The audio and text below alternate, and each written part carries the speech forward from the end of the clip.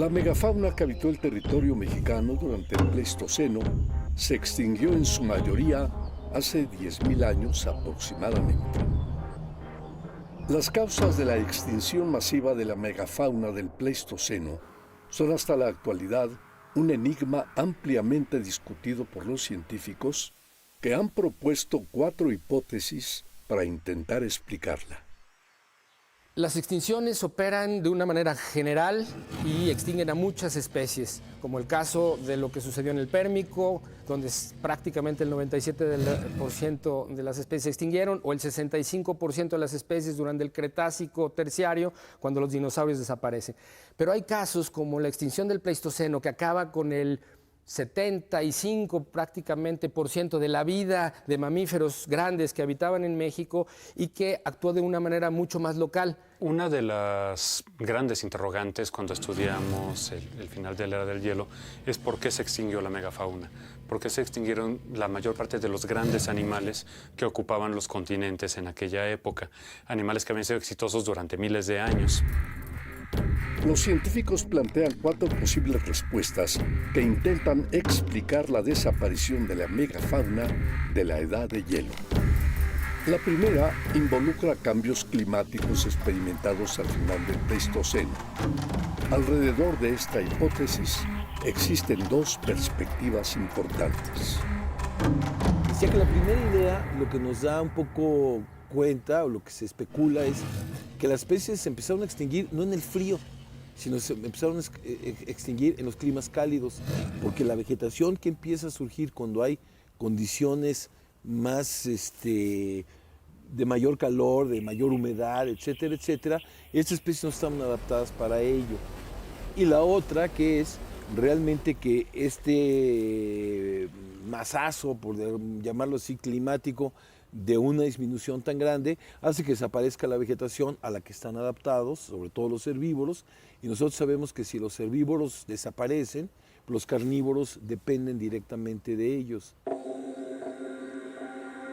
Anteriormente, se creía que el calentamiento global al final del Pleistoceno había sido constante, pero estudios recientes muestran que la temperatura de la Tierra regresó a un periodo de glaciación hace aproximadamente 10.000 años. Algunos científicos creen que la temperatura disminuyó con tal rapidez y a tal grado que originó la desaparición de los grandes mamíferos. Sea por exceso de frío o de calor, la hipótesis propone que los cambios que presentó el clima a nivel global a final del Pleistoceno modificaron las características de los ecosistemas que habitaba la megafauna, que no pudo adaptarse con suficiente velocidad al entorno y pereció. Algunos científicos, sin embargo, ponen en tela de juicio la hipótesis del cambio climático. El problema del cambio climático es que en realidad muchas especies sobrevivieron miles de años después del cambio climático, ¿sí? Y solo después desaparecieron. Los críticos de esta hipótesis argumentan que hubo poca diferencia entre el último enfriamiento del Pleistoceno y las glaciaciones que ocurrieron millones de años antes, a las cuales sobrevivió la megafauna. Cuestionan también que un cambio climático de la magnitud planteada debió afectar a todas las especies y no solo a las de gran tamaño.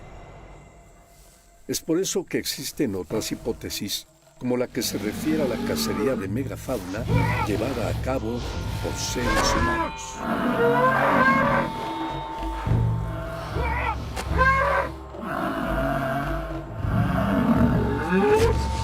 Cuando llegó al continente americano hace 20.000 años aproximadamente, el humano ya era un cazador, incluso más eficaz que el león americano.